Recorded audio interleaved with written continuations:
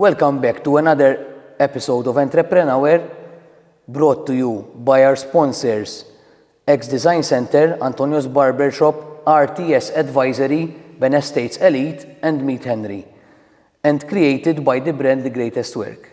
Today I have the pleasure to interview the grandmaster of the Freemasons that constitute the Sovereign Grand Lodge of Malta, Simon Cusens. Welcome, Simon. Thank you for accepting our invite. You're welcome. For this interview.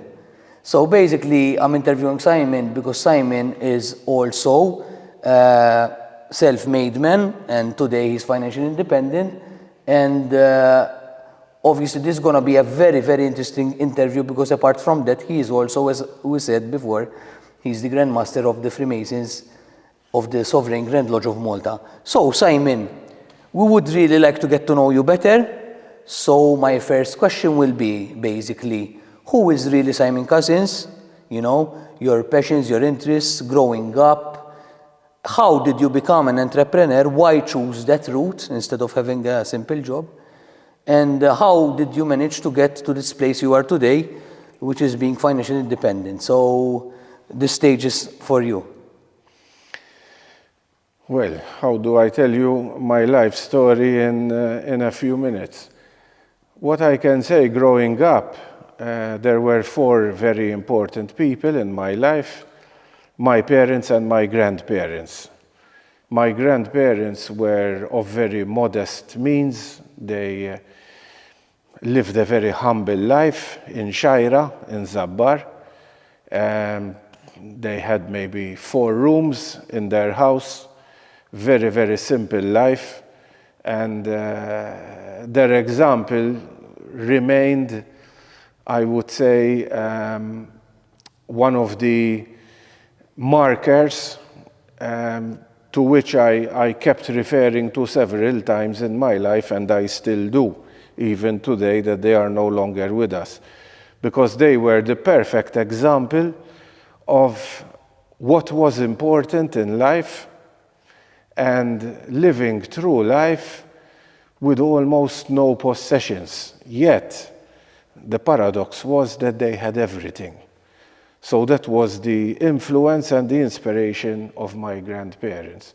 And then, of course, my parents. Both my parents worked, which was quite unusual at the time to learn about wives who worked. Round about what We're year? talking early 70s. Okay. My mother was a career woman, which was very unusual in the early 70s. A career woman. She pioneered the Keep Fit movement in Malta, and she was even recognized by the state some 20 years ago for having contributed greatly to the emancipation of Maltese women in post-war Malta. In the early 70s, most married women, upon marriage, became housewives and stayed home. And my mother was credited with giving these women a sense of belonging, a sense of independence, a sense to think of themselves as individuals and to come out and shine, feel good about themselves, and be in charge of their own destiny. On the other hand, my father was a lecturer. He used to teach maths and physics at what was called the Polytechnic at the time. And he went into business in the late 70s. And he led a successful business, which I was happy to join. It was almost expected for me to do, to join the family business upon leaving school. So at the age of 18, I began a journey in business which lasted 32 years, and I was happy to have given my own contribution to the growth of the company, a company which started out in the most junior job possible. My role at the time was, upon starting, to take the bus to go to the post office and clear the parcels for the business. Eventually, when I got my license, I became the driver. So I used to do the deliveries for the company. It was a very small organization with not more than 15 employees.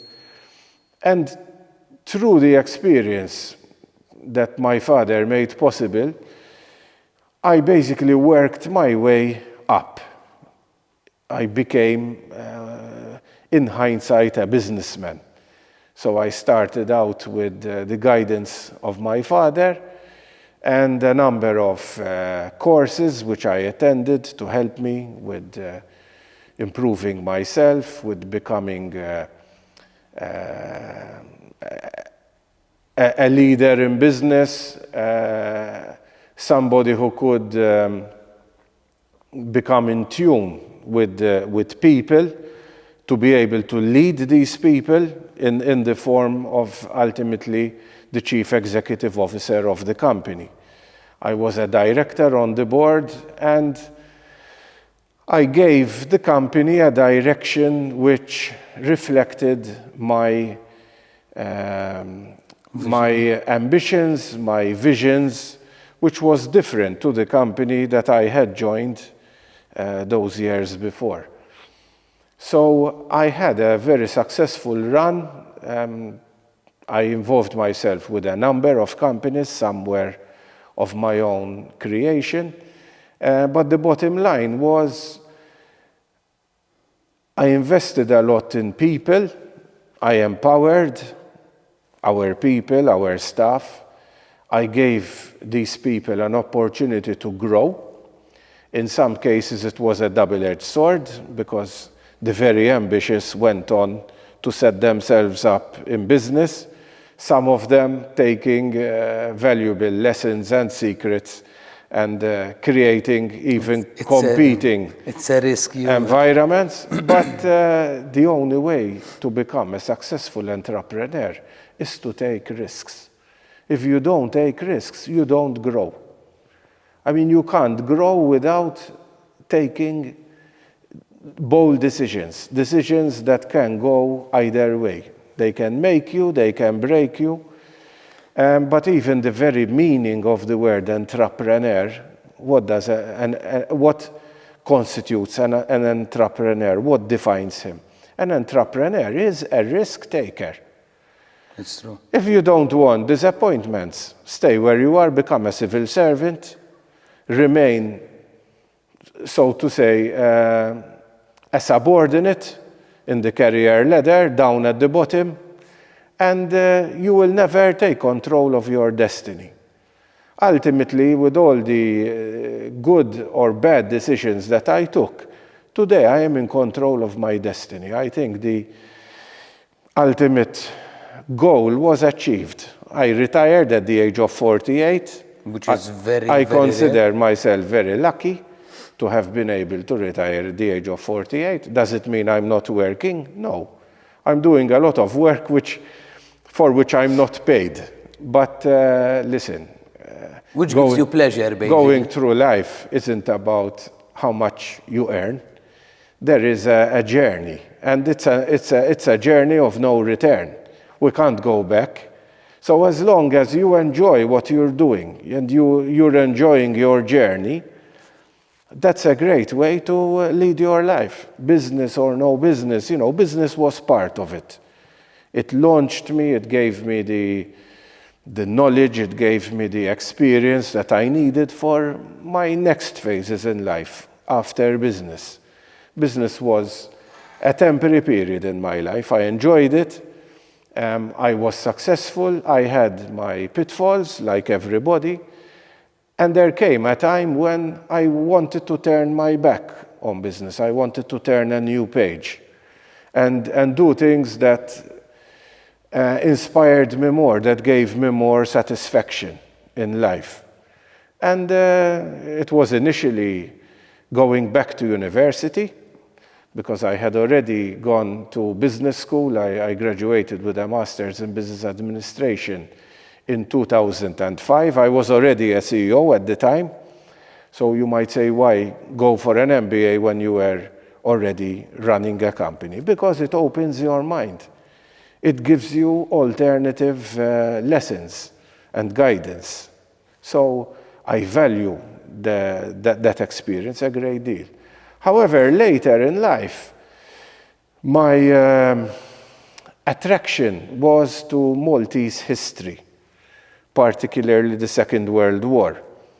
So I was more known outside in society with the advent of social media for making a lot of posts on Facebook related to Malta at war. Why? Because I had the greatest inspiration. I had my own grandparents who lived the war, a grandfather who was in Dunkirk, the famous retreat, effectively, of the entire British Army from Europe. And I saw myself in future venturing into the World War II hobby as a collector of military vehicles, of military artifacts, and in later years of returning for the commemorations to mark the events that my grandfather was not successful in delivering, because he was one of the 400,000 who had to retreat from the British campaign in Europe in 1940 on the beaches of France, in Dunkirk. One of the 400,000 failing collectively as a British army to beat Nazi Germany. However, thanks to important wartime milestone events that happened here in Malta, particularly the defeat in North Africa and the invasion of Sicily, both of which were events contributed to directly by the Maltese garrison and the Maltese population, the situation of World War II turned around. And I found myself traveling to Europe with my military vehicle, marking the events that my grandfather was not able to realize. And I was there commemorating in his memory these incredible moments of World War II. And when you involve yourself in history, you come across different aspects of history. You learn more about your country, your country's journey, your people's journey, and the struggles, the cultural struggles, the road to independence. But there was another struggle, the struggle of free thinkers, which was essentially the course of Freemasonry through the ages. And mixing with like-minded people who were free thinkers, who didn't just follow and believe things because they were told to, but people who used their own knowledge, their own experience, to create their own conclusions about certain things. And this was my discovery of this incredible fraternity, a global institution that we call Freemasonry today, regular Freemasonry. Because like any other entity, you have pseudo-Masons, fakes. Okay. And I am not speaking for the fakes. And unfortunately, in this country, a lot of the negative publicity that we come across in the media about Freemasonry has to do with the pseudo-Masons, the people who abuse of the virtues, values, principles of Freemasonry, for example, to benefit themselves materially, to seek business ambitions. And these are totally diametrically opposed with the principles of Freemasonry, which have nothing to do with business, with the pursuit of personal wealth, and so forth. Freemasonry is all about the philosophy of living a good life, a meaningful life, and departing this world respected and regretted. And essentially, that is the culmination of a life that was worth living. A precious life. So, if you die and nobody notices, then you've lived, I would say, a very sad and perhaps wasteful life.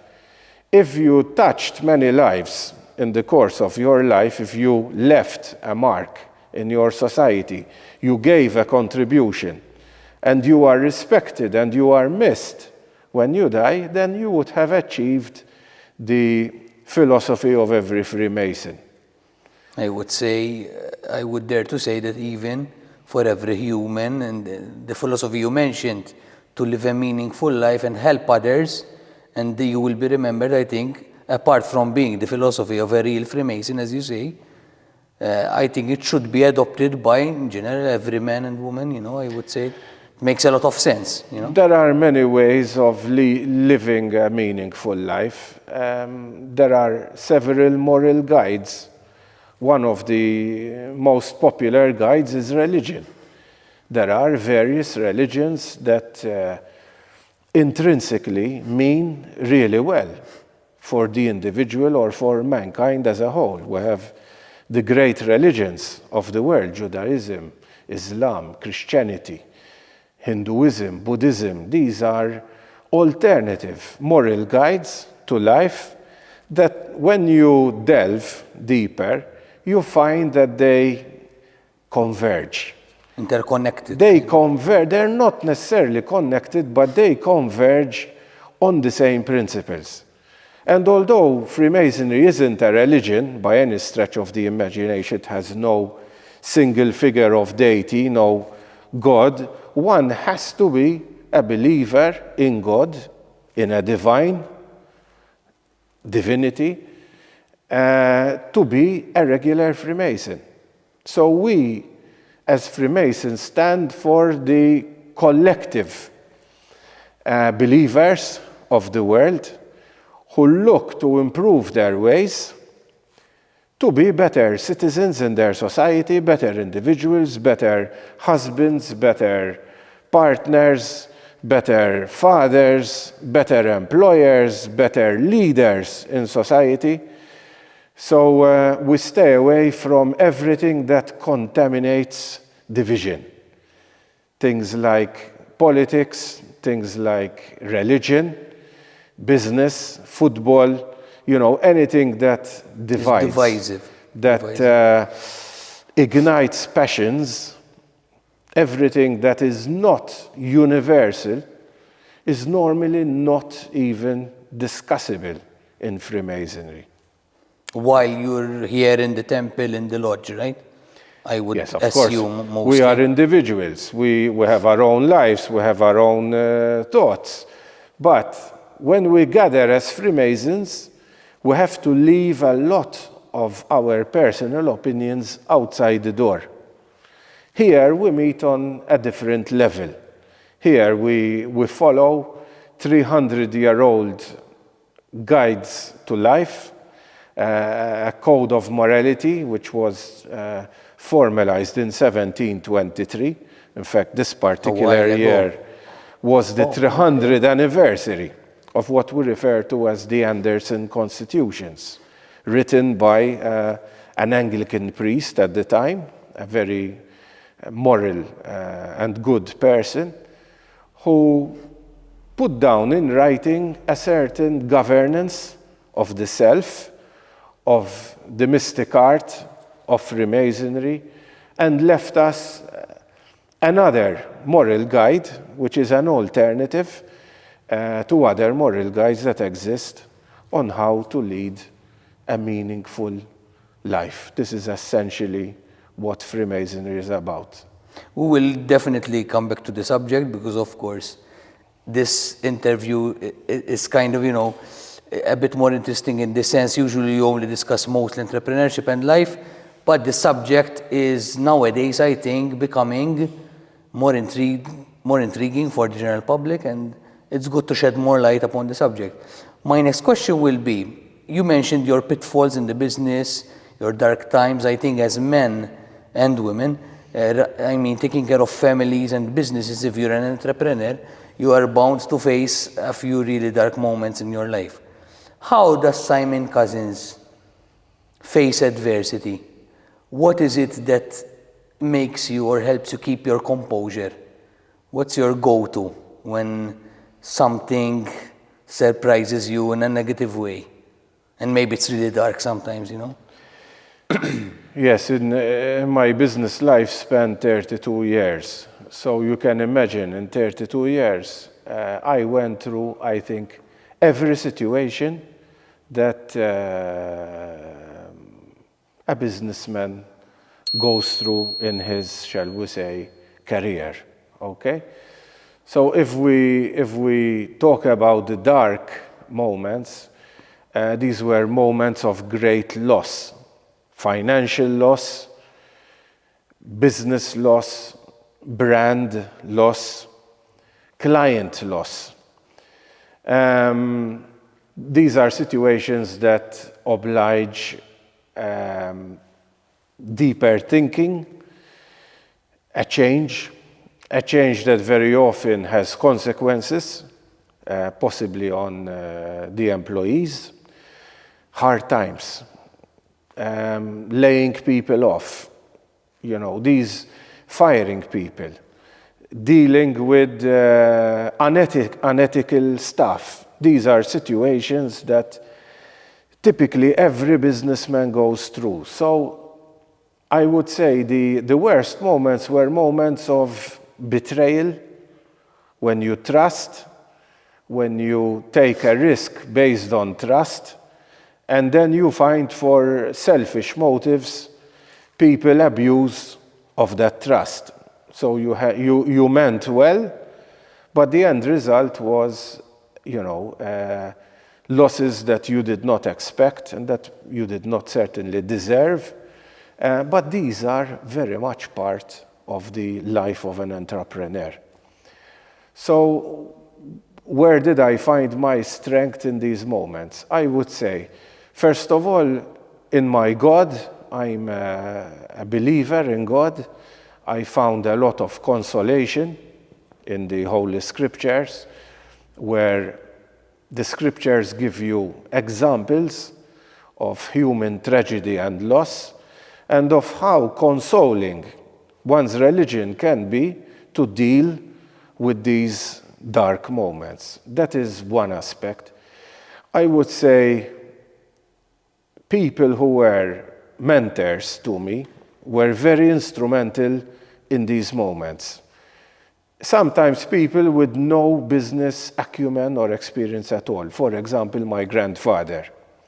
So I would sit with my grandfather and discuss a dark situation at work and listen to a lay person throw advice expressed by a wise man with no knowledge of the subject, and sometimes I would get tips and comments which approach the problem in a totally unorthodox way. So sometimes you need to break your stereotyped vision and interpretation of a problem. You have to fight your natural reactions. Very often they are emotional, they are not rational.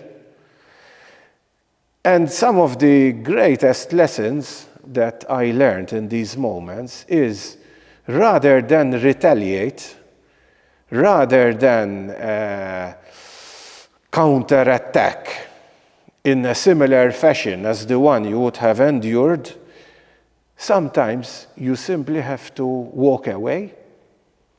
Okay, in the Bible we hear, in the Catholic tradition we hear, turning the other cheek. There is a big lesson in that. Because at the end of the day, and we see this with several conflicts in the world, war very often is not the right answer. There is aggression, and you meet aggression with aggression. The end result very often is that there are no winners.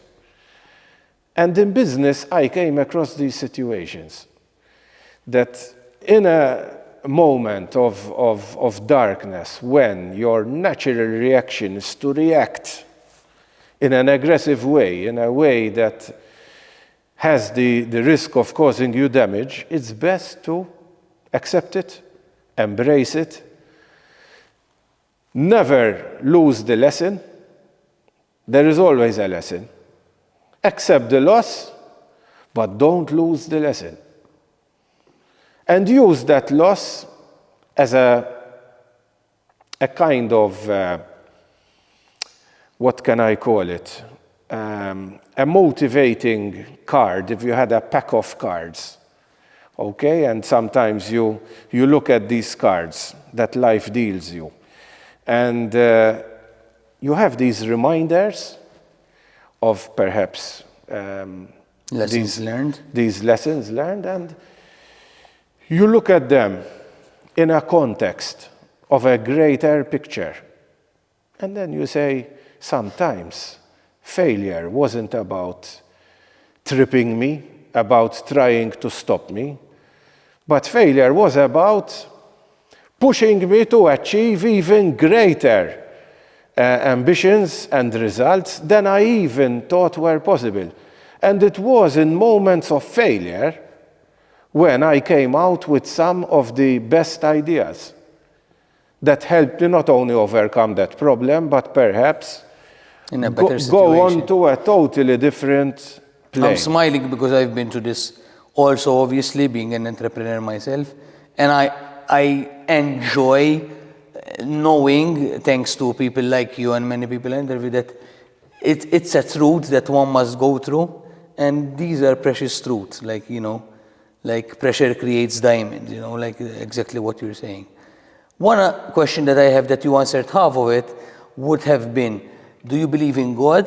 And what would be Simon Cusens' matured perspective of God? What is God for you? How do you perceive God? Because you told us you believe, so that's answered. Well, I had my schooling in a Christian school run by the De La Salle brothers, and they gave me the most incredible start to life.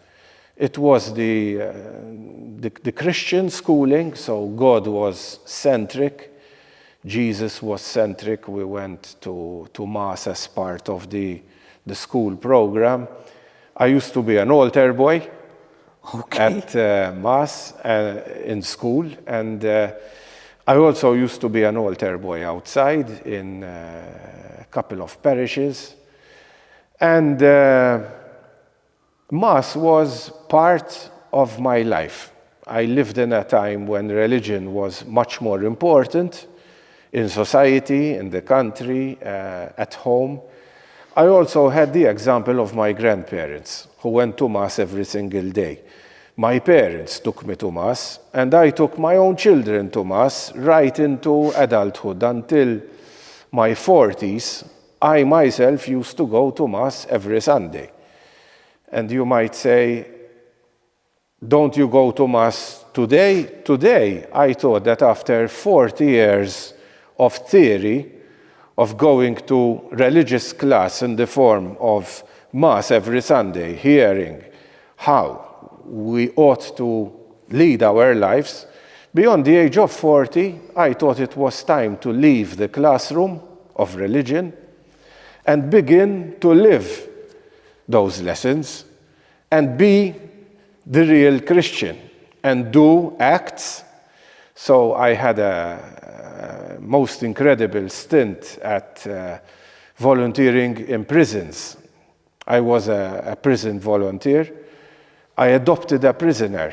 The minute I retired, at the age of 48, which I considered a blessing, I presented myself to an NGO dealing with prisoners, and I asked. That's a big decision. I asked to be given somebody to adopt. This wasn't just visiting, I had to take care of all his needs. And then they asked me, they said, what type of prisoner do you want? I said, are you joking? What type? Is this some kind of a la carte thing in a restaurant? Forget it. I said, you choose him for me, but you have to choose somebody who doesn't get any visitors. And they gave me an Englishman who was in his late 60s, who was in a psychiatric institution. He was in Mount Carmel. It was quite a challenge because he was mentally damaged because of bad moments in his life. And he found himself incarcerated in a mental wing of the prison. And I had the most incredible experience of taking care of him, being his only visitor, right until he was released a couple of years ago. And I lived my vocation as a Christian in the community beyond the age of 40. So I joined a previous fraternity before Freemasonry. I joined an organization of which I was a member for almost 20 years, called the Round Table Organization. And I became club chairman, and we had charity dues. We took care of orphans in Malta, in one of the church institutes in Zabbar. So we used to do the birthday parties. We had an orphan each. In those days, things were a bit easier. Today, we're a bit more careful with in the advent of data protection. It's not so easy anymore. But I used to do various forms of community service. Then I aspired to lead the national body of Round Table Malta. So I put myself forward and ended up in the early 2000s as the national president of Round Table Malta, where we had projects on a national scale. When that was over, I said, what about Round Table International? There was a global committee taking care of 60 countries, and I presented myself to become the international vice president of this organization, knowing that the vice president usually becomes the international president. So in 2005, I found myself voted as the vice president, and I had the incredible experience of leading the first Maltese to lead an organization that was born in 1927, doing charitable deeds on an international scale. And the minute that I became international president, the world had just gone through the catastrophe of the tsunami in Southeast Asia and Sri Lanka.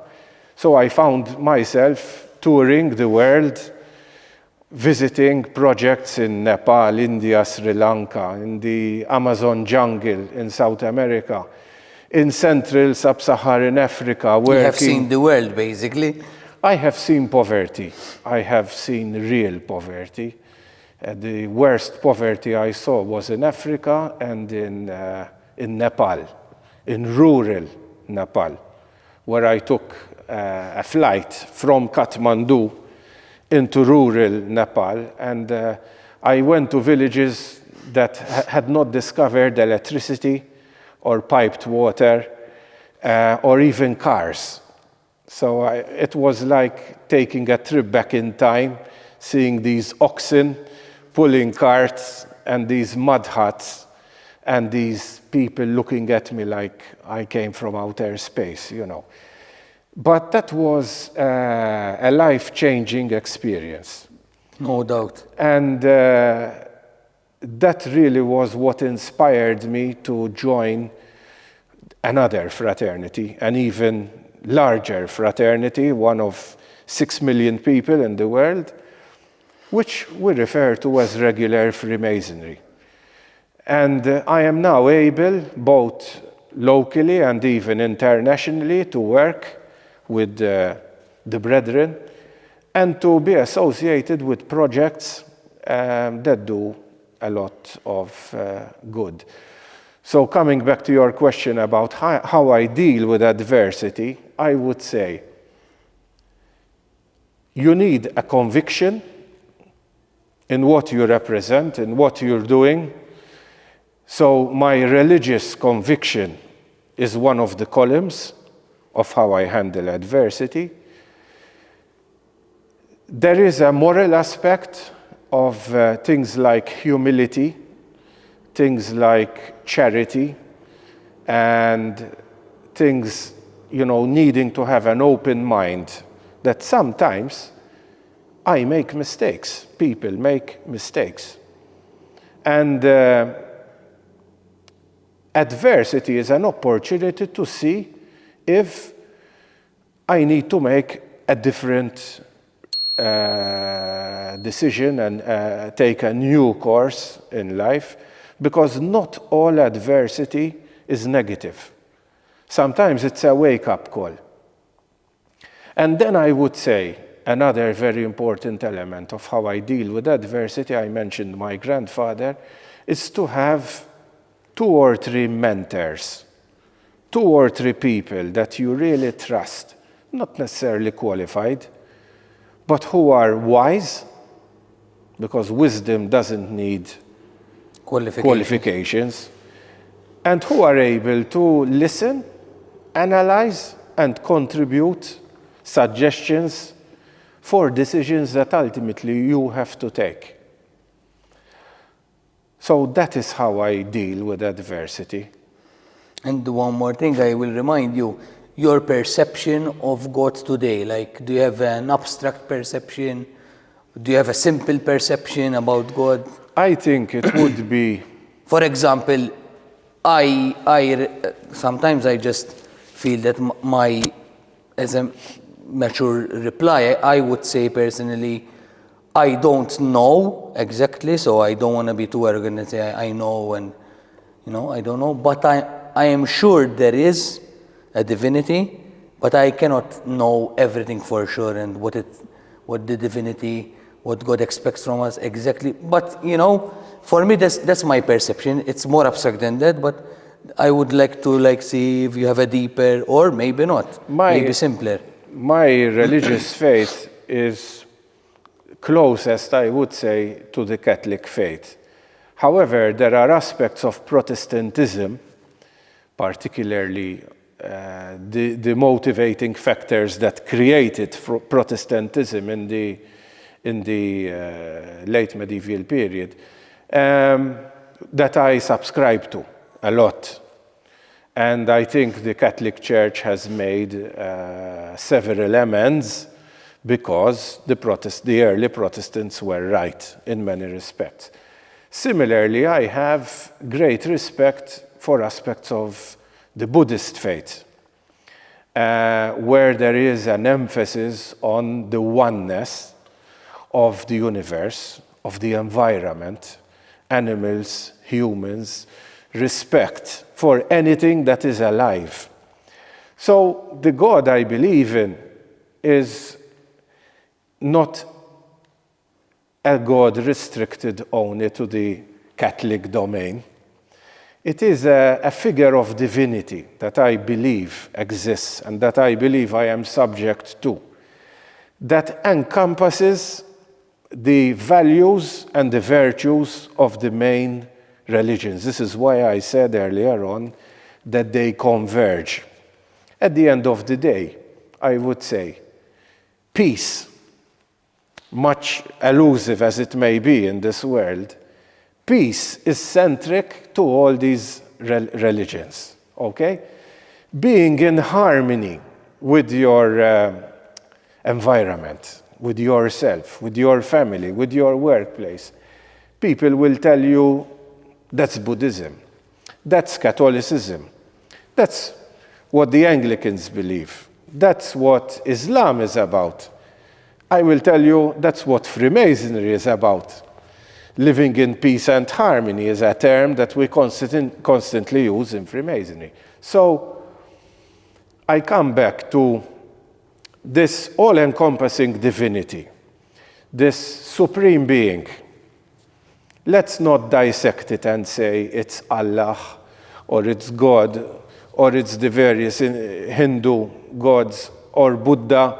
Let's just refer collectively to this supreme being as an entity that I believe exists, an entity that inspires, that gives me a reason to be motivated, to see every day as a gift, as an opportunity. I believe very much that I am receiving this recharge, I am receiving this daily fuel. Spirit, if you like. Spirit. Inspiration. To help me lead a life, a meaningful life. I'm a father of 3 children. I have parented 5 children in all. And I need to be an example.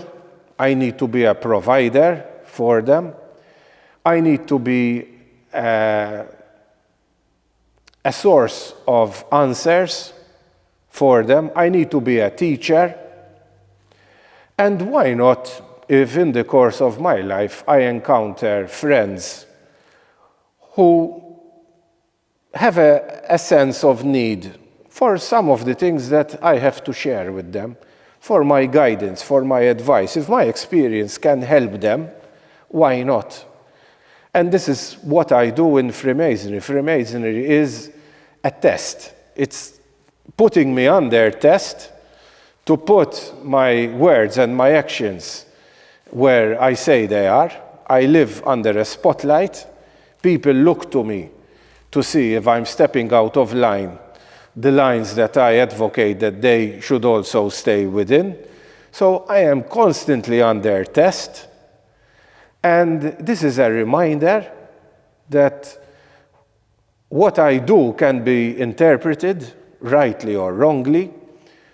And in a way, I feel I am under test from my divinity that has given me a choice. Listen, after this mortal life, there is something greater. I believe in the afterlife. Every regular Mason believes that after this mortal life, there is something grander. And I think it would be such a useless time on earth to think of myself as some kind of bacteriological accident in a world deprived of this supreme being. I am much more comforted by knowing that I am part of a grander plan and that I am going to move on to even grander dimensions after this mortal life. So this inspires me to follow a journey with purpose. Because when you are a believer, you are on a journey with purpose. Now, I might be right or I might be wrong. If I'm right, all the better. If I'm wrong, at least I lived a meaningful life. So I don't see myself as a loser in being a believer, quite the contrary. I would agree on this one. So I really like that description of deity and of God. I appreciate it a lot. My next question is more about, the close family and parents and all that. So what I would like to ask you, what thoughts, what message do you hold most dear that you would wish that your own children really keep close to their hearts and live by it or be inspired by it? And my second question, would be continued with the same, would be maybe some advice that you feel that you could give to any parents, to us parents, to all of us. So I'm a father of 3 children, and they are the most dear thing to me in this world.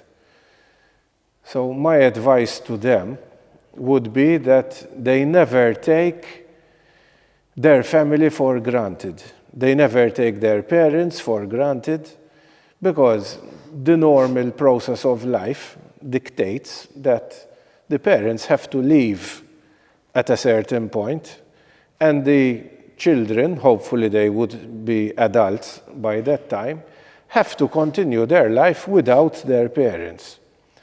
So I think it is absolutely critical that advice I need to give my children is that they cherish the family. They respect their parents and they don't take their parents for granted. So that is the strongest message that I have really for my children.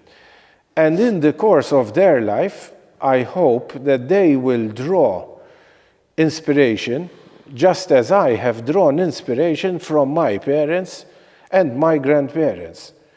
Because the type of inspiration I was so lucky to have was a universal kind of experience. It wasn't something that fits only a certain type of situation. Today we would call these values, which are in great demand in this materialistic society. My children weren't as lucky as me. They were born in a society where gadgets, materialism, disposable toys is the order of the day. I grew up in another era where I had a teddy bear and maybe a handful of toy cars right up to the end of my childhood. I remember struggling at the age of 9 to stop sleeping with my teddy bear, something that I had done from the age of 1. And I still have this teddy bear somewhere stored, and one day I will give it to my children. So I grew up with very few toys. I grew up with playing with the children in my neighborhood. Physical activity all the time. The kids today, they're nothing like this. So I'm sorry, it's not their fault that they find themselves in this situation. And I am a heavy user of social media, so I understand when I see my children just looking at their phone instead of being sociable. I understand because sometimes I do it myself. We're addicted to the new way, the new age of communication, which is via the smartphone. So I would ask them to do that, never to take each other for granted. We don't live forever. And in the face of adversity, in the face of tragedy, no one can be more consoling than a family coming together because they're made of the right stock, because they were brought up the right way. And this is what I have done, what I am doing, and what I will continue to do with my children, to give them this experience, this sense of family as a unit, for as long as, I am in this mortal world. I will do my utmost until my last breath to live for my children and do things for them. And my message is that they do the same with their families in future. And that counts also for your message to the parents? As parents, my main message, which is partially from my own experience, I have been through a divorce. I am married twice, so I have supported 2 sets of children, my own and my stepchildren. My advice to parents is, when a marriage breaks down, it's not the end of that family. Today I have excellent relations with my ex-wife. I spent Christmas Day at home with my ex-wife and my children, because my wife, being foreign, is presently visiting her parents in her country. But there are times when we invited my ex-wife home, sitting with me and my wife of today, and we had a coffee together. So my advice to these parents is, things happen. Marriages can break down. But that is not the end of your life as a teacher, as an educator to your children. There is life after divorce. Of course, it would be great if there is no divorce at all. But if these things happen, don't give up. Things can get better again, eventually.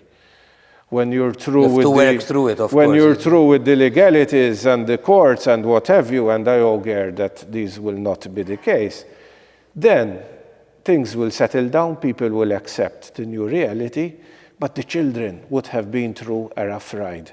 So focus on the children. And we can use this not only for the divorce situations, but also for maybe parents who have great difficulties because of health issues. It's still a difficult situation. Like divorce will be difficult. Health issues will be very difficult. Health issues in the children will be even harder. So not giving up, I think, is giving up on the family. Health is probably the hardest one to resolve. But that brings me back to what I said before about investing in the family as a unit, cherishing the family. It's something sacred.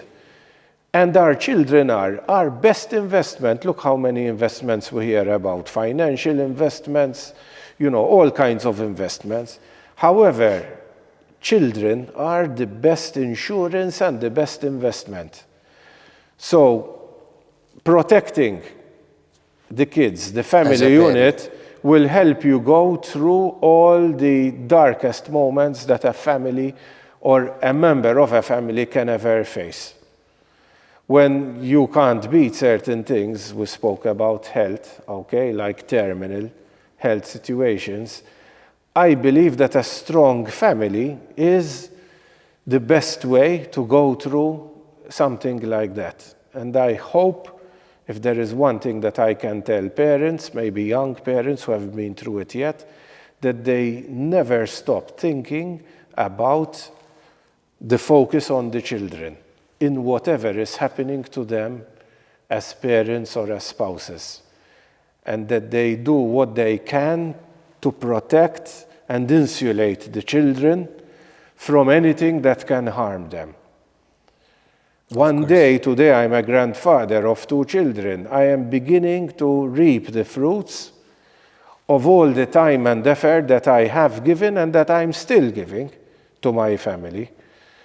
And now in a new generation, I already have 2. And one of them is old enough to speak, so we are now... How does that feel? It's being a grandparent? It's fantastic. It's great. It's like being a parent again without the responsibilities. Of during the night, especially. Which is great, when I hold my youngest 7-month-old, the minute she starts looking, like she's going to cry, I very happily pass her back to her mother. It's great. But it wasn't like that when these were my children, especially at 3 a.m. You mentioned investing in family, right? I'm going to just deviate a little. What do you think? Now I'm going to go to financial investments, since this is usually more of an entrepreneurial interviews and stuff. So I'm going to deviate to, I'm going to take the opportunity and ask a person who has done well in life, what do you think personally are the best investments for yourself? What do you believe in? You're talking about financial investments now. Well, as a businessman, in my previous career, after 32 years in the sectors where I was working, I saw dark clouds on the horizon. I saw a situation that was likely to change in a way that would not be for the better in my sector, in my personal case. So I had to take an objective decision, not an emotional one, because the emotional one would not have let me take it. A decision that it was time to sell out, to cash in on the value of my business. We had just reached the apex of the business at my time. It was the best ever. We had a fantastic name in the industry. It was the perfect time to sell. So seeing that the future was not going to be like before, I had to take this decision well before the actual difficult moments hit. And I spent a couple of years trying to sell my company. It wasn't easy. So it was timing. It took a long time to find somebody who believed in investing so much money into someone else's business and to make it his own. Ultimately, after soliciting, talking to many different entities, including competitors of mine, to take over my business, I found a willing entity. What I did is the transaction was a cash transaction, and I invested that cash in fixed assets, in property, which in this country was not a bad thing to do.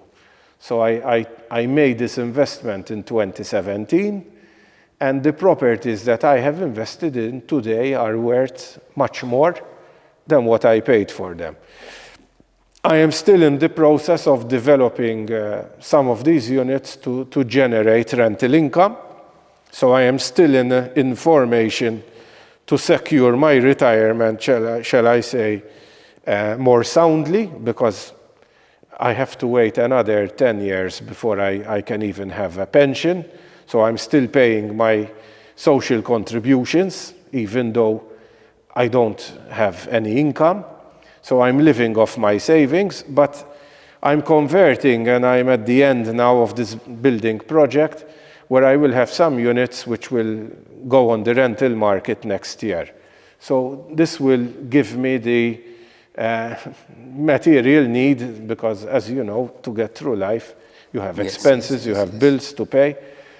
But I don't consider myself a businessman anymore. Anymore, really. I made an investment of my asset. I converted the goodwill of a company, the value of a company, into property. And now I am trying to make that property basically render me an income. A good living. To go on. Good is relative. I am enjoying what I'm doing, which is unpaid, much more than when I was in business, when I did things to make money. So I went back to my studies. I graduated a second time in Maltese history. I am involved with a lot of groups, initiatives, collectors. So I have an active hobby of collecting historical memorabilia to do with Malta during the colonial period. Is that also an investment, or is that just that is also an investment? I'm sure I'm not going to sell these things in my lifetime, which means I'm not going to sell them ever. But it will be a valuable asset for me to leave for your other generations, either to my children or to the national collection. I've already made a substantial donation to the National Archives of items which I think are of great value to the nation. In fact, I follow you online a lot, and I always wonder, where do you get those photos from? Like, some photos are so old and so good in quality as well. Eh? It is clear that you I have never uploaded one of the thousands of photos that I own. The photos you see, I find online. All of them. I'm subscribed to many feeds where photos are provided, and I share. But I own a large collection of wartime photos, and so far I don't wish to, because they are unique photos. Of course. I don't wish to put them out on social media. So I'm managing still every day, putting different photos. I manage about 6 or 7 Facebook groups, a couple of which, or maybe 3 of them, deal with Malta's history, particularly 20th century history. And I'm still able to find new material all the time from my hobby. Okay. But whatever I acquire now, I try and buy items, when I buy items, that are likely to increase in value. So it's a hobby, it's my collection, but at the same time, I know that these items will prove themselves profitable more to my children than myself, but in the course of my life, I can enjoy these items. It's also nice that you are actually building generational wealth. I mean, I think that if one can, why not? You know, if one can. I have a goal to leave my kids better off than my parents left me. Just as my parents left me better off than they inherited, if you like, from their parents. This is part of family life. We need to give the best start in life to our new generation, our children. And what I'm doing is essentially, yes, I'm enjoying the ride, but investment-wise, I'm doing for them. For them, and what I like about it, which is also my very primary goal, you're doing this, I'm doing this without,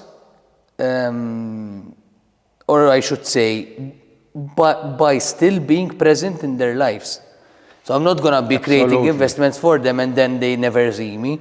because that's a blind way to look at life. But I'm creating these investments, some of them also for my kids to enjoy, hopefully one day, without,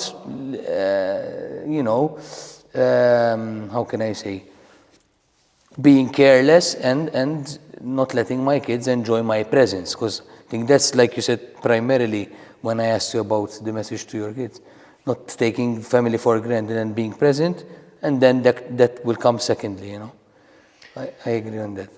I live for my kids, what I'm doing at the end of the day.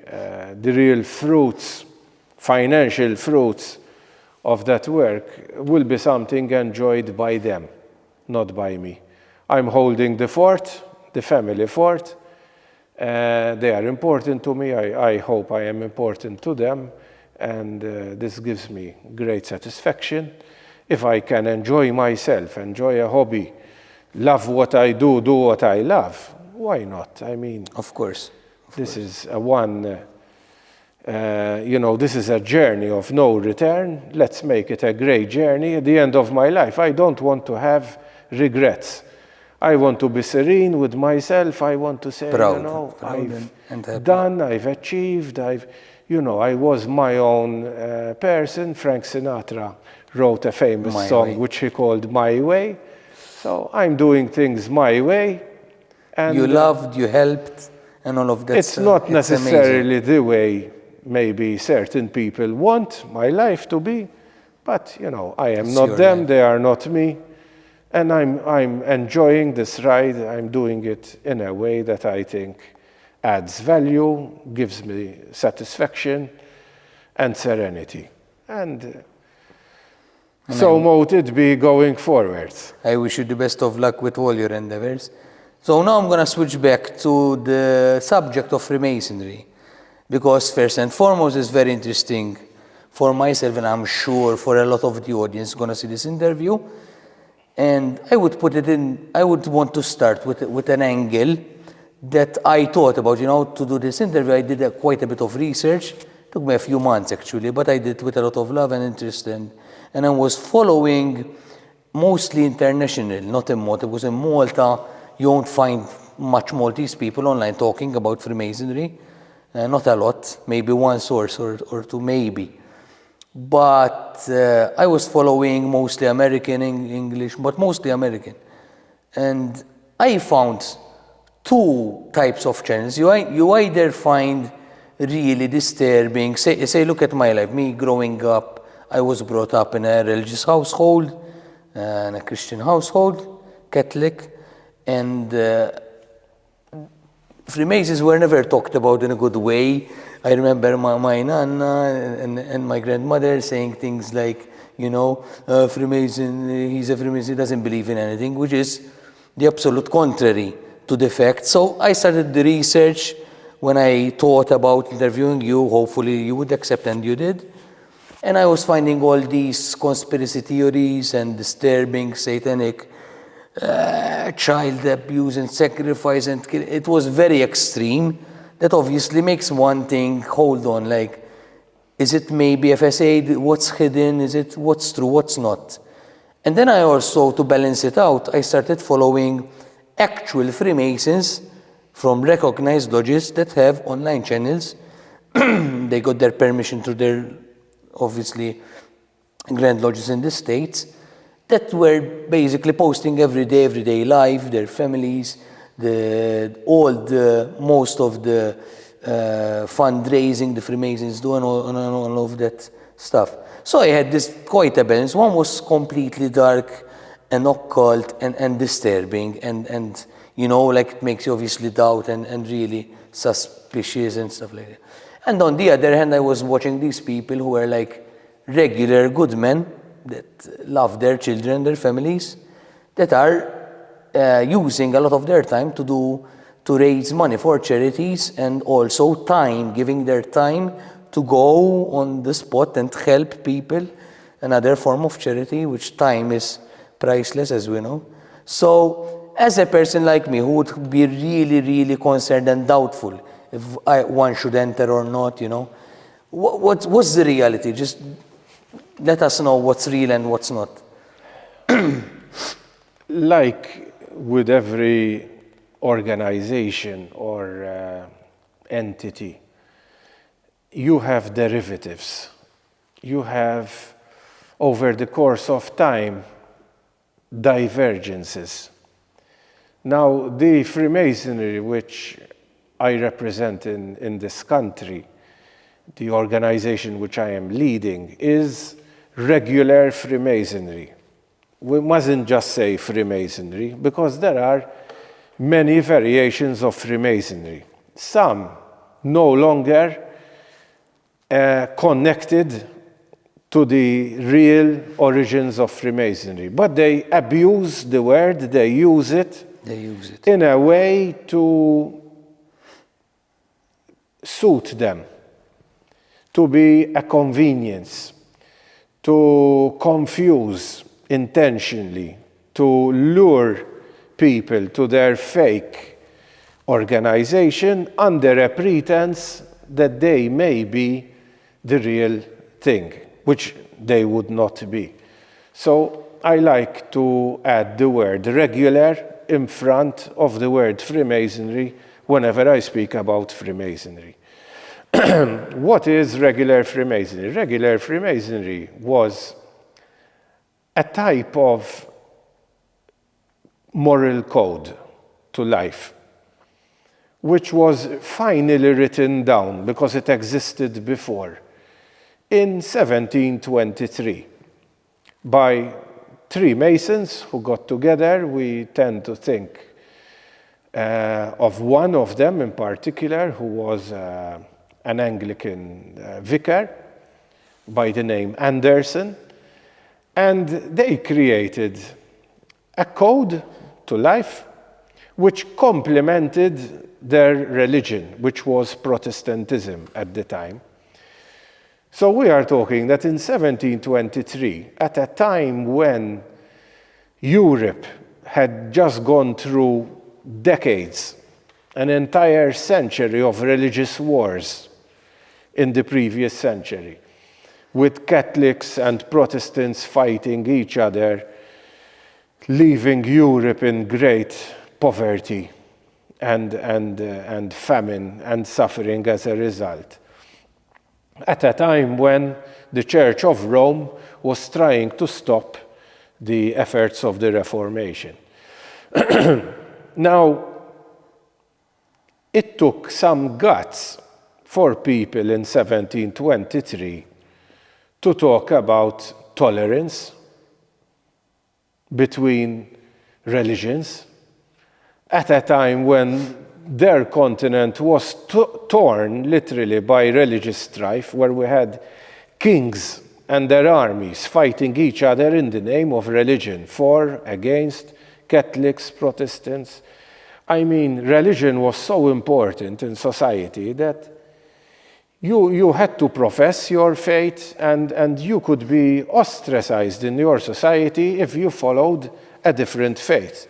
Ostracized meaning? Ostracized means, excluded. Exiled, yeah. Exiled, banished, scorned upon, So religion was centric to life in the 1600s and It's not a choice, 1700s. Whether you like it or not. Don't compare with today, where religion is a choice, where we are essentially now a secular society, and the importance of religion has waned.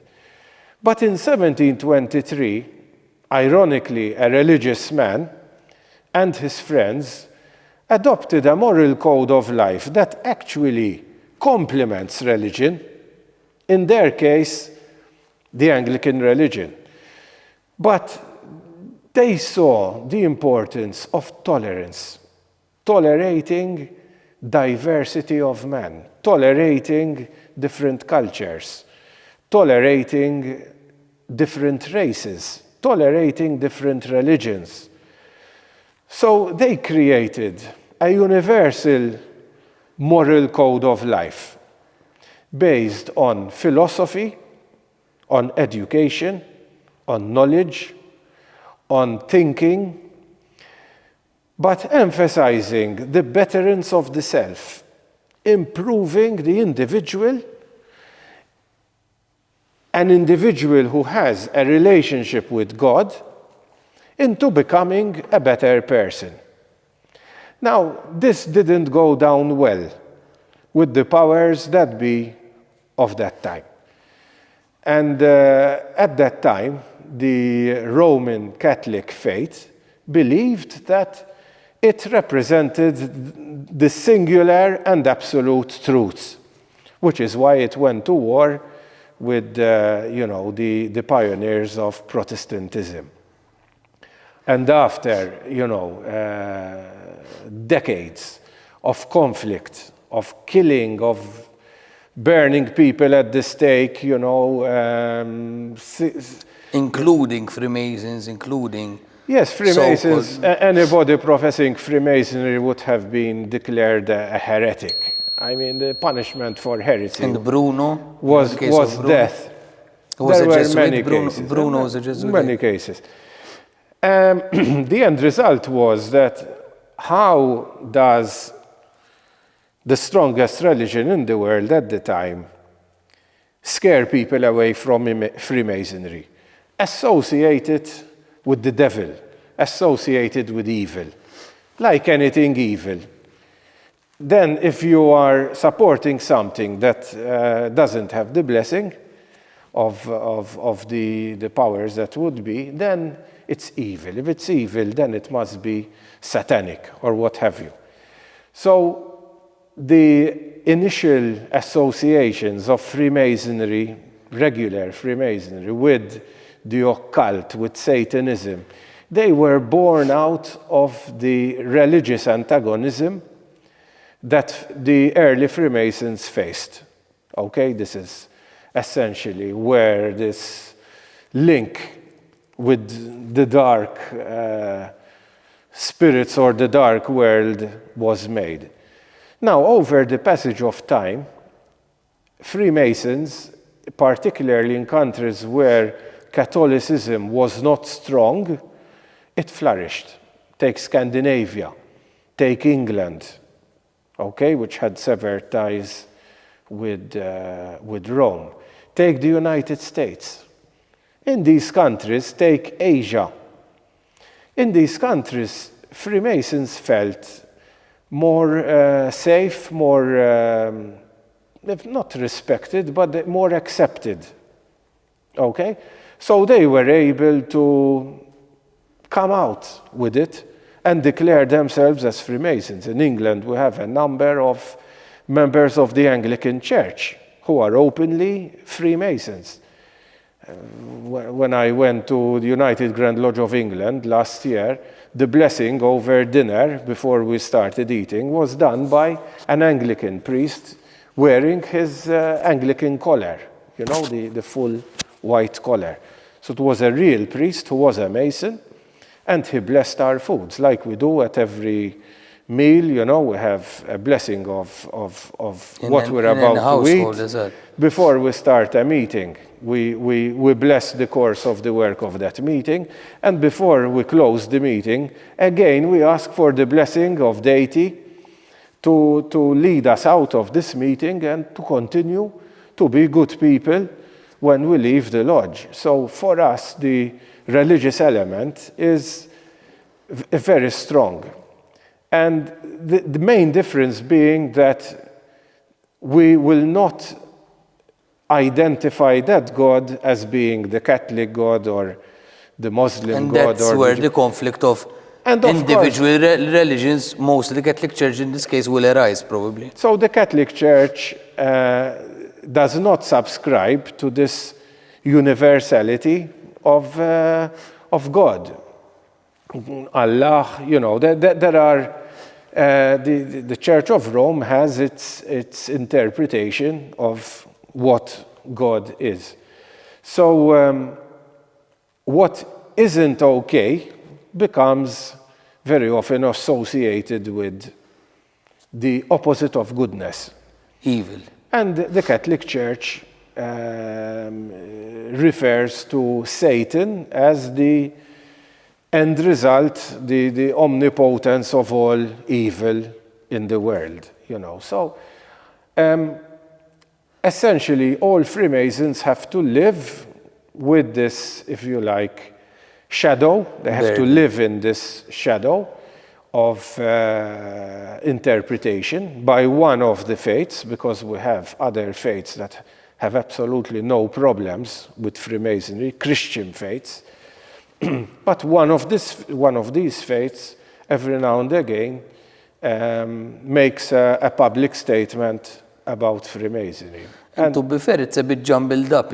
I'm sorry I'm interrupting, but I was always fascinated with the case of the banker of the church, Roberto Calvi, who was found murdered, who was a Freemason.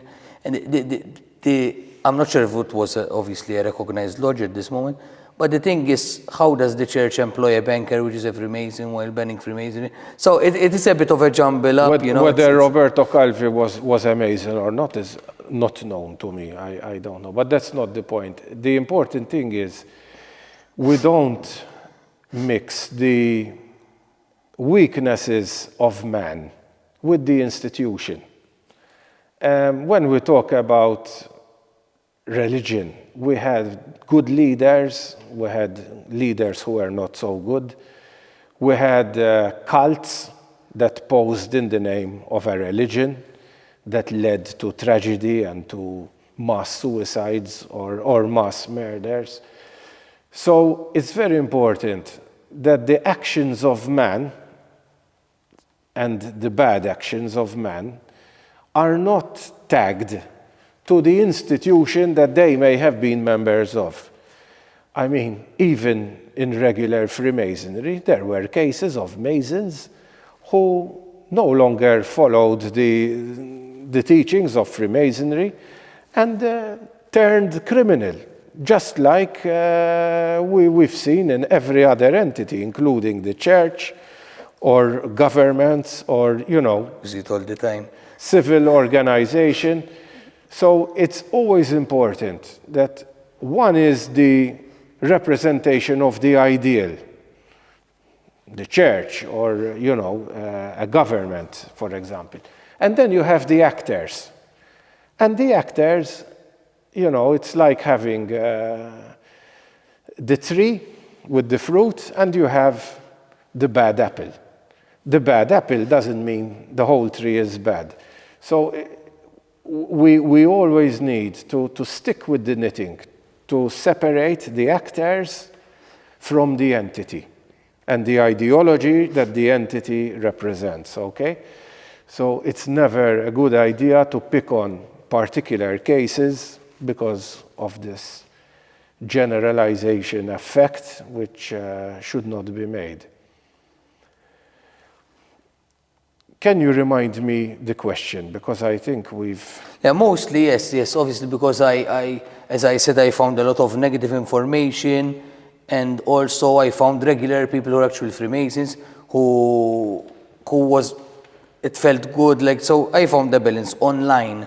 So online, when I searched, I found a balance of people telling really dark stories about Freemasonry. They were in it, their father, grandfather was it, whatever, and a lot of conspiracy theories and stories in a very negative vibe and manner, obviously.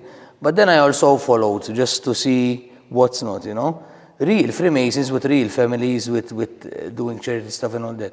So, no, my question basically was to really tell us what is Freemasonry, is there an end goal, is all this stuff, can this stuff be real? You already touched upon... Let's come back to the information that you find online. Online you can find anything. Good, bad, real, fake. So, because it's online doesn't mean anything. But let me talk about real personalities that the world reveres till today, long after they're gone. The world considers that they left huge contributions to society, okay? And that whose repute no one will question. I will throw a few names of people that I know you've heard about. People like George Washington, the first president of the United States, who started, the structure of governance in the United States, a person who has left a legacy that stands for, the principles of democracy, liberty, the political establishment, and so on.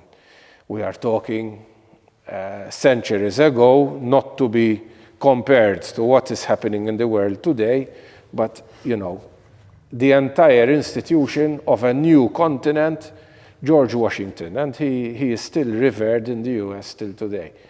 I will mention others like King George VI, the father of Malta's first head of state, Queen Elizabeth II. I will mention Winston Churchill, who was Prime Minister of England when the entire planet faced the tyranny and oppression of Nazism. He played an incredible part to stop Nazism. To stop Hitler. Okay? I will mention people like Reverend Jesse Jackson, the American pastor who fought very hard for the human rights of black people. One of the guys who signed the Declaration of Independence? No. Reverend Jesse Jackson lived on. I'm not sure he's still with the living, but I believe he passed away. But he was a protagonist in the late 20th century in the emancipation of the rights of black Americans. I'll mention Nelson Mandela, who similarly spent 27 years in jail fighting for the rights of the black Africans.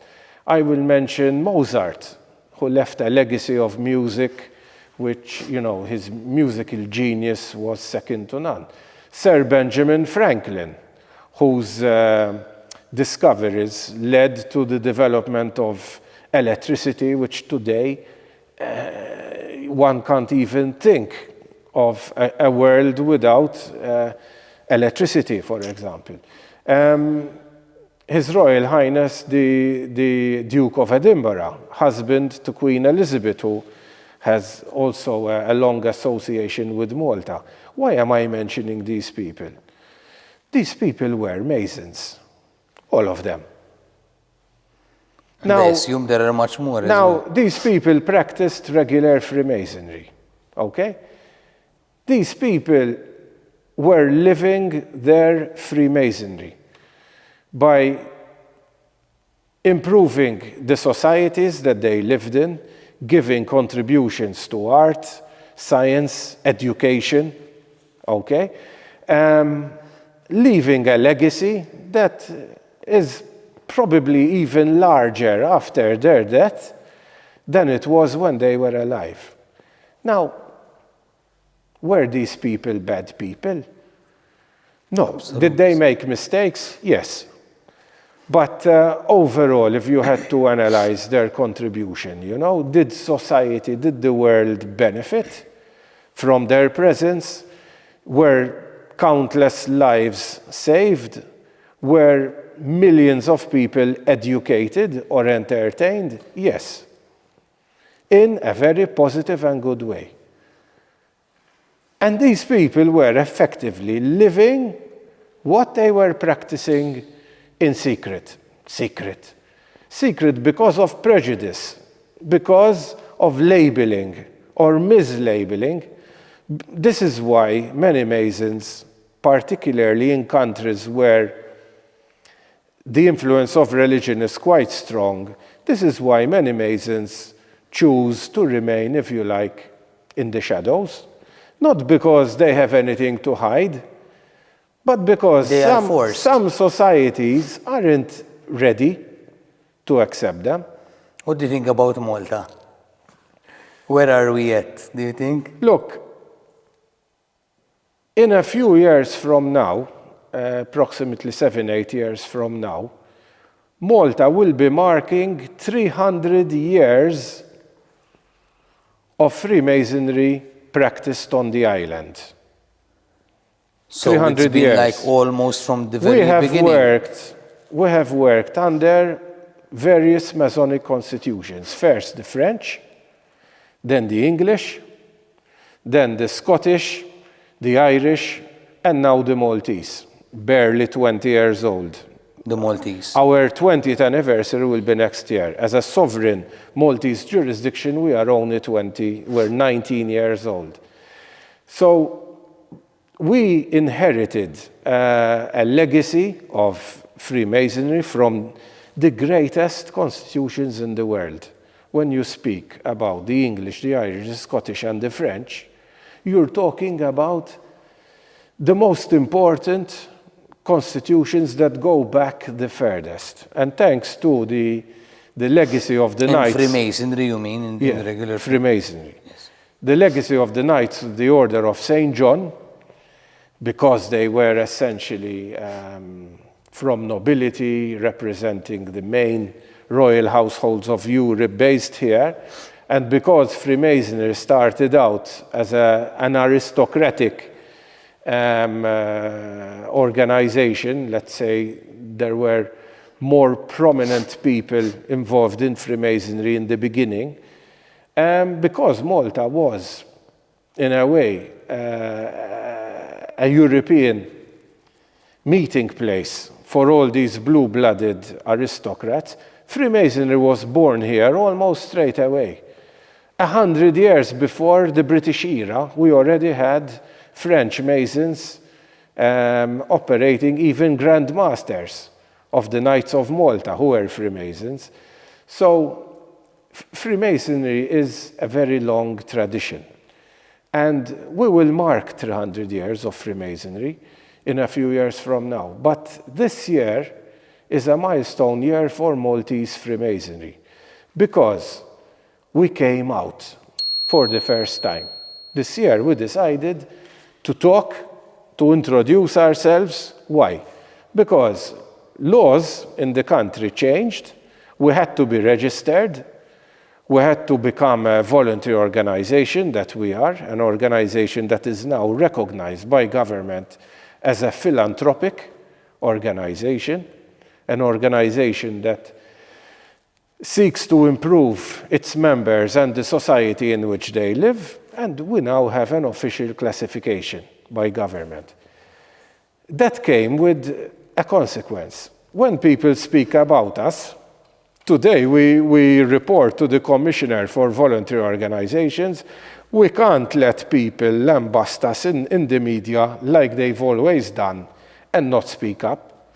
And in fact, I don't think the coming out was initially, yes, you gave that interview, and then someone just decided or had connections to bring out your identity, and now obviously people are aware of who you are and all that. Now that my identity was revealed, this myth that we were hiding our identity because we had something to hide, I hope that this bubble is burst. Do you feel now like a weight lifted off your shoulders, though that... I didn't feel I had a weight then, but when they put me out in the public domain, what bothered me wasn't that I'm in the public domain. What bothered me was the lies, the rubbish, the associations that were made because of fake Masons in the country, people who weren't even members of our fraternity, and assumptions were made that I represent these, criminal or antisocial actors of our society. And also because it wasn't of your free will, someone just... It was slanderous. It was stuff that was not true. They didn't simply say, listen, Simon Cusens is Malta's grandmaster of recognized Freemasonry. They didn't just stop at that, right? They declared that I was head of a local business mafia. They made declarations that we paid money for Daphne Caruana Galizia to be killed. You know, when these things were made in the public domain, the first thing I did is I phoned up the police and I presented myself and I went there and I said, please, anything you want to ask, we have to rebut these false claims, this calumny being uttered against regular Freemasons. And the bottom line was that there are pseudo-Masons in the country. There are people who claim to be Masons. They aren't. They claim to be. And they abuse of the attractions of Freemasonry, like secrecy, to rope in people under some kind of obligation not to speak about whatever business venture they are dealing with. Now, business isn't even a topic that we can discuss in regular Freemasonry. So when people think that Masons are corrupt business people, the two do not mix. You know, Freemasonry is not about material wealth. On the contrary, it teaches you on the values of life that don't cost money. And what is esotericism? What is an esoteric? We see all these symbols and... An esoteric organization is an organization that represents a small group of people with a focus of belief or ideology, which is not in the public domain. So it is essentially an organization that exists only for its members with its own philosophy. Okay, so esoteric, the word esoteric is a philosophy of its own, more or less. Esotericism is the pursuit, the following, the belief in an ideology.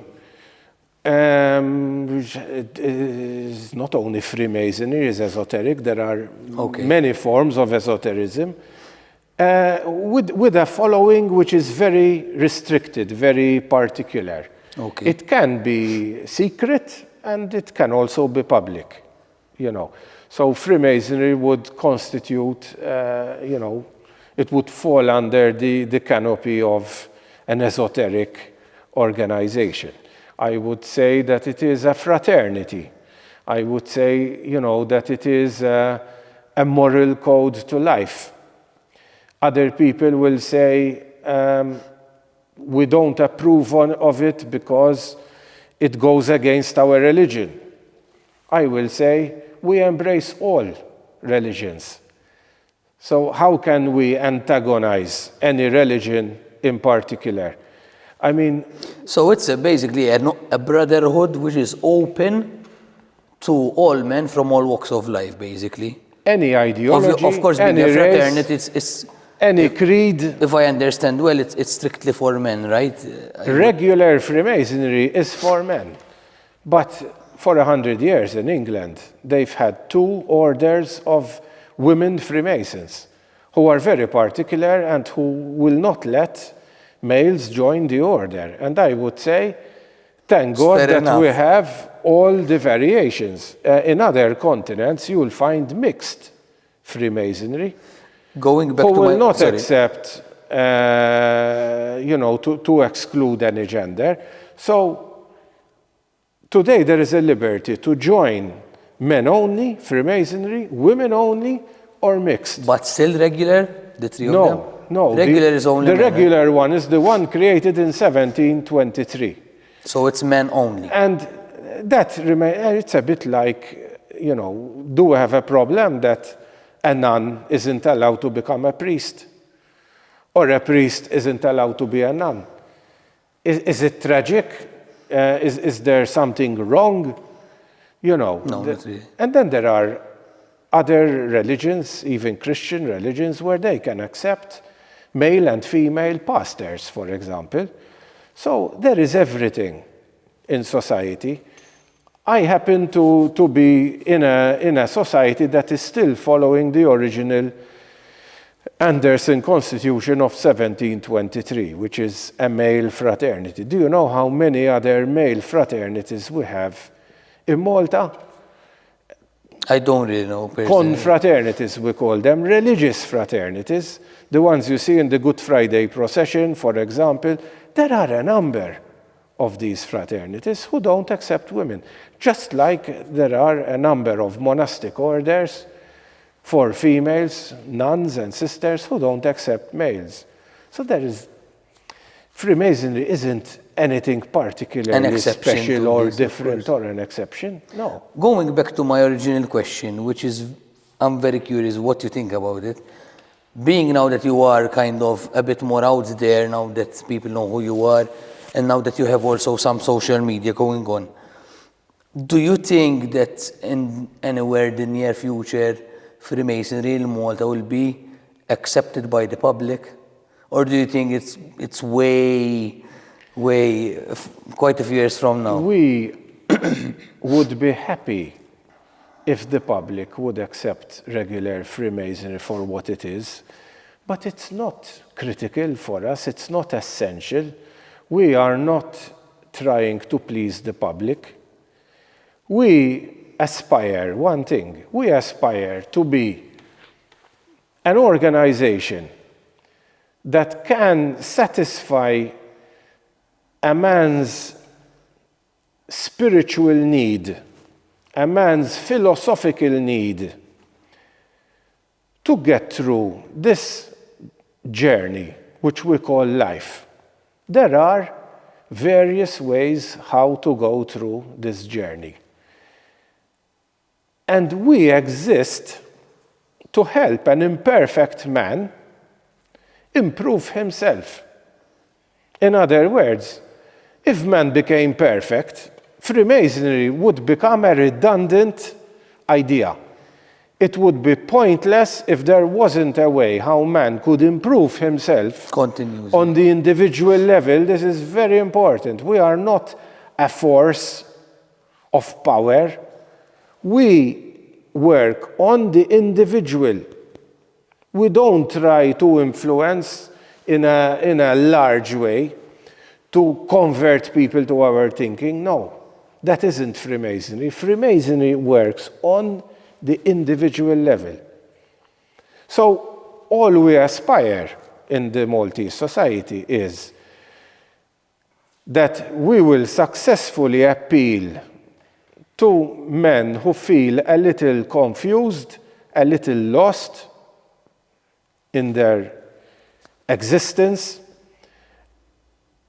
And we aspire to be a congregating place for these like-minded men to come, learn, improve their knowledge, widen their thinking, accept the diversity of man, the races, the ideology, the creeds that make us different, and come here and live this beautiful universality of humankind, leaving outside the door anything that divides, even religion. Very often, many wars are started in the name of religion. Look through the course of history and see how many wars, even present wars, The vast majority have their origin in divergence of religious belief. point of views or beliefs. How refreshing can it be that you step into a building and whether you are being lectured or giving a lecture in this room, or if you are down by the bar, or if you're in the dining hall, and you will speak to a group of people, like-minded like you, who will not express any racist, any emotional points of view that will upset you, that will cause you distress, that will anger you, that will offend you, okay? So, we stay clear of all these divisive topics, and we only talk about the universality of man, the stuff that unites mankind. For me, when I step into this building, it's almost like stepping into an oasis of peace, of harmony, of goodness, and forgetting the titles, the ranks that society gave us.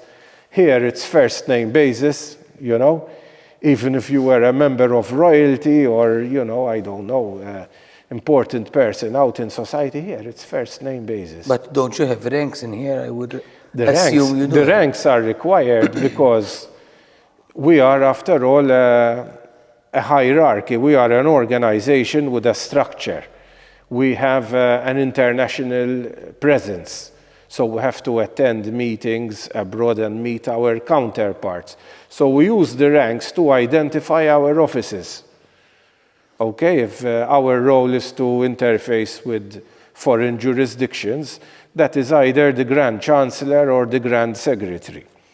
If we have a meeting of strategy, how are we going to deal with helping brethren in a zone of conflict? How are we going to help brethren suffering because of COVID?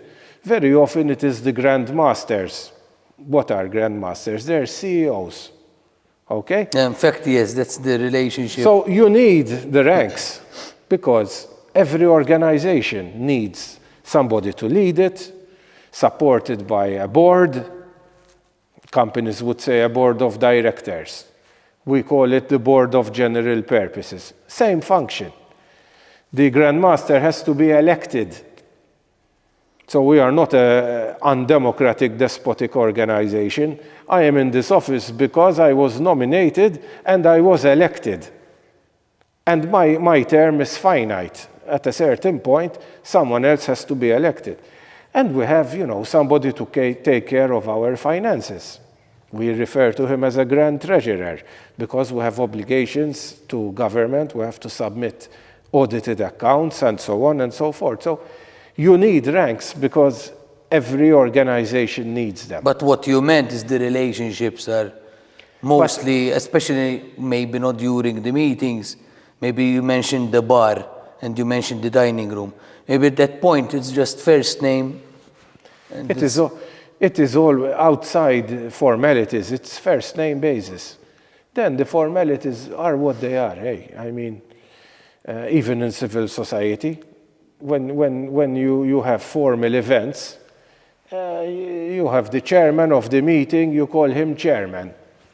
Okay, so you have the person taking the minutes, he's referred to as the secretary. So your business ventures and your business acumen helped you to actually then be ready to receive this office and actually... Well, having been a CEO for almost 30 years, and being a graduate in business administration, for me, being grandmaster, again, it's another word for being CEO, is something that I had done all my working life. So here I am managing public relations, which is one of the reasons why I accepted to speak to you, because you will help us communicate this explanation to the public. I have to watch our finances. I have to look at the quality of the people who come in. It's not very different to what I did when I was running a company. The only thing is that we are not for profit.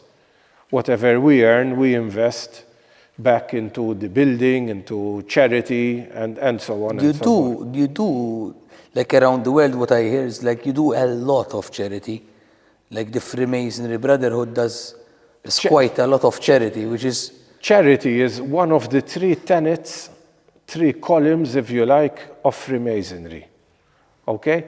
So the other two being truth and brotherly love, which are two archaic words for integrity in everything we do, compassion, supporting a needy brother, not how we are interpreted in public, abusing our professions to do illegal things, no. But we have brethren who go through hardships in this life, and sometimes they require help and support. Sometimes just speaking to them, sometimes they might need financial support. So there are many ways how we can help a needy brother, but society purports this to be in ways that go against the civic norms of society. Which isn't, because if I have a friend or a family member, I will obviously help them. Look at before I help other people. Look at civil society. When you hear of how certain people might abuse their office, do they need to be Freemasons? These things happen everywhere all the time. But a Freemason should recognize that anything he does that breaks the laws of his country is a deviation from the principles of Freemasonry. Because in our constitution, which by the way is available online on our website, www.sglom.eu, okay? We have our book of constitution, our rule book, it's public. The internal book that we use, we share with the public. And we explain very clearly that we fall under the law of the land. Every regular Freemason, every Masonic jurisdiction worldwide declares that it is subject to the laws of the land. So anything that is obviously anti-civil, illegal, is not permitted. And what do you do about it? Is that Freemason, is he taken care of, punished, exiled, not exiled, expelled maybe? I don't know how it works, obviously. I mean, every year I have the, shall I say, inconvenience of having to act on, thankfully, very low numbers, 1, maybe 2, of people who clearly are taking advantage of their membership and have no place in this organization. So they either change their ways or they have to leave. And so one can leave apart from another maybe superstition is that once you're in, you cannot leave, and all these scary things they talk about it. So one can just leave because one can just stop overnight. And if they need an endorsement that they are no longer members, all they have to do is not pay their annual subscription. Lodges have an annual subscription, just like a club membership. Beyond a certain number of months that you haven't paid your subscription, we have a law that says you are struck off the book. So the fastest way is that you just stop attending. You don't need to give any explanations. There are no repercussions. It would be nice to tell us, listen, I have a change in circumstance, I'm not fulfilled here, I have more important things to do, fine. And you so stop. It's another myth, basically. Of course it is. That you cannot leave, there... Of course it is. Of course it is a myth. So basically what I wanted to clear the water, and I'm glad that we had this really healthy conversation, is I wanted to clear the water or maybe check it out if there's anything sinister, anything to worry about in Freemasonry, but you made it clear that regular Freemasonry is not, there's absolutely nothing to worry about, but more to gain and to cherish the only thing to worry about is never forget your family and your work come first. So don't end up neglecting your family or your work for Freemasonry. That would be wrong. That should be something to worry you. We have members, I'm thinking of one in particular, an Englishman, who moved to Malta because he considers us as his only family. For his own personal reasons, he considers his brethren in the fraternity as the only family he has. So in his case, we became his family because he, for whatever reasons, has detached from his biological family members. He is an elderly man and not in best of health, and we will take care of him. If he needs us financially because of his deteriorating health, he knows he can count on us. And we will be his family. But that really is the only exception. All others, if any Masons are watching this program, I will say first family, then work, and then Freemasonry. Okay, that's very clear. That's very helpful, I'm sure, for the audience watching us here. So I wanted to ask Simon, what is one thing, well, be it a trait or a feeling or a subject, that you as a person would be to be associated with when someone remembers of you or how you have helped them or whatever it is, something synonymous with Simon. For example, just to give you an example, I would like to always be remembered by people that I try to touch their lives, but someone who try to mentor them to push them forward into their dreams. That's my wish for people to remember me or think when they associate me with something. What is it for you? What do you think it would be? I just hope that my children will remember me for whatever efforts I gave to educate them, to give them, the important start in their life. Quite honestly, I have very little interest to think of being remembered for something in particular, shall I say, by people outside my family. I just hope that the friendships that I have, I just hope that there was some value in anything that I had to share with the people who came across in my life. I would like people to think that I meant well and that, deep inside, I was a good person. If I made any mistakes, and I've made many mistakes in my life, I hope that these people can forgive me, these people can consider, that I wasn't perfect. But the intentions were always positive and good. That's something that I sincerely believe, that in my mistakes, if I may have hurt people along the way, this was never an intention. We all do in the end. Or a plan. Nobody's perfect. Of sorts.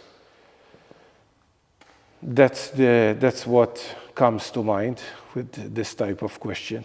Another good question I want to ask you, especially a person who has achieved quite a lot and you always seem to have a good ingredient to succeed, even in the round table, and now you're the grandmaster of Freemasonry of the Sovereign Grand Lodge of Malta, which, it seems that every endeavor you take, it seems that you succeed. So, and also from what I understood, you created also other businesses, multiple sources of income.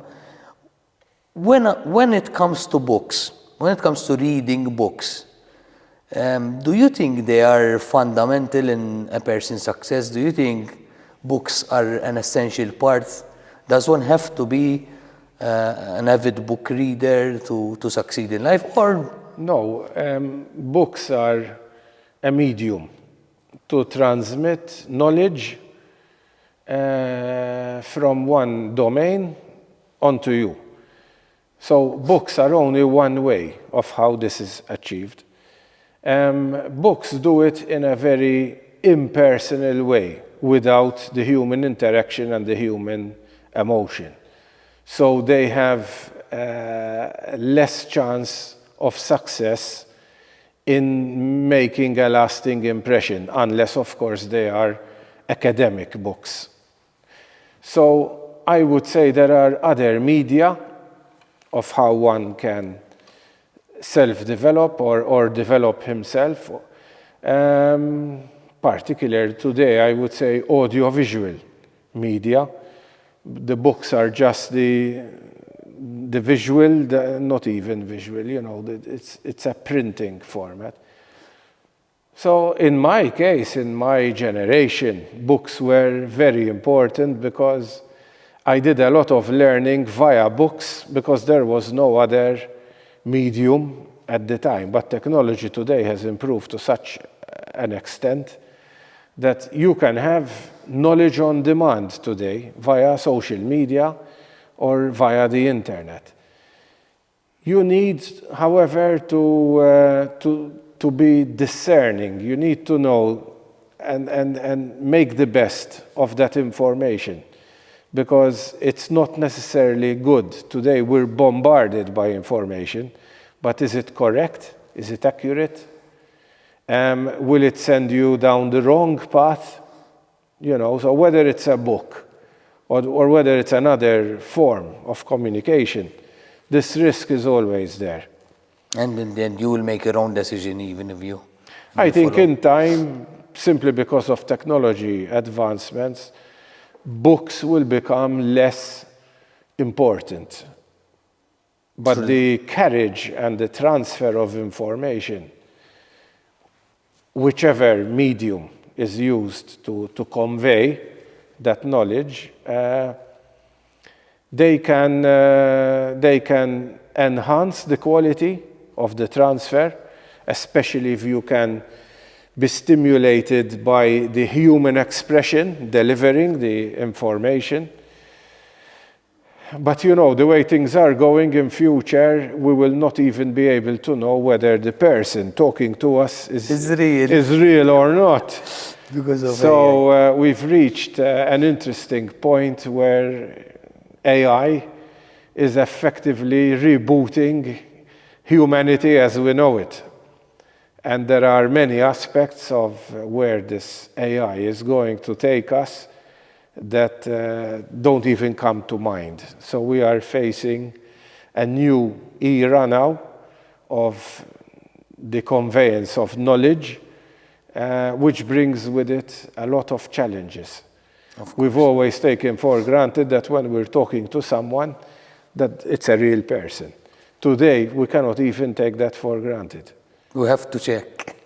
There already is a news organization, a channel in social media with reporters, and there is no script. The information is actually conveyed by artificial people, collected from the daily news of the day, and conveyed like a transmission of world news. And there is no script, everything is done automatically by AI. No real person either. And you cannot tell that those people are not real humans. And they themselves are explaining that they are not. So they're letting you know at least. We are on the doorstep of a totally new dimension in society.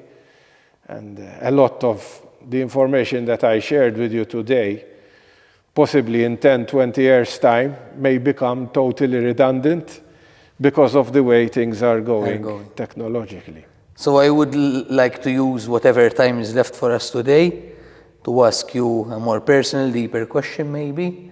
And I would like to ask you one or two, it's up to you, live realizations, you know, one or two really important reflections, life lessons, whatever you think right now is most close to your heart and mind that you could maybe share with us, you know, with the whole world, share with us, that you think would be a good message for us as humanity, as a community, as a society, you know? What do you think would be something that Simon Cusens would like to share with us? When I think back on my business life and even my Masonic journey, I have come across many characters who wore a mask, metaphorically, okay?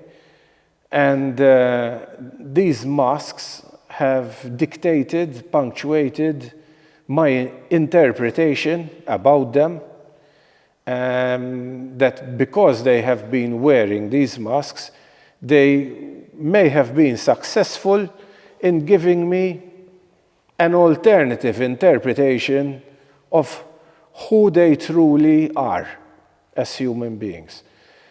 And one of the greatest rewards in business, in my business life, and I would say now more in my Masonic life, is when I reached the point that these people felt comfortable to remove the mask and allow me to get to know them for what they truly are and who they truly are.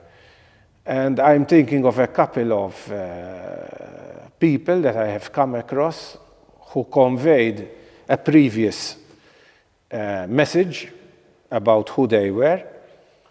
And today, the level of friendship that I enjoy with them has done away with these masks. And the strength of our friendship is so deep on a personal level that when we come into the official domain and have to wear our masks because of the offices we hold and the jobs that we do, and we look each other in the eye in a formal situation, we almost have to try hard not to laugh, because we're doing what must be done, we are saying what must be said, because it reflects the office that we carry, but on a personal level, we know each other as almost people very different to the ones around us. And I now realize that everybody is human. Everybody is a child somewhere inside. Everybody is happy with small gestures of respect, of appreciation, whether you're a grandmaster of one of the largest Masonic jurisdictions in the world, okay, whether you're the president of a country or religious leader, behind officialdom, there are these human, vulnerable humans, emotional humans, passionate humans. And when I reach this depth of friendship, it gives me immense satisfaction, and I appreciate the person much more. So if I had to give one form of advice in life, is if you manage to get somebody important to you comfortable enough to remove their mask and to let you get to know them on that personal level, okay? You will feel a certain sense of accomplishment. You know, that some people let you that close. And I suppose that is a reflection of your attributes. If somebody, because we all wear masks, if somebody were to let you in that close, To trust you so much. you need to take that as a compliment, but not in the selfish way. You need to take it that you must have done something right in your life, and you are being valued for your honesty, for your trust, Integrity. for your loyalty, for whatever it is that caused the person to remove the mask and allow you into that inner vulnerable circle.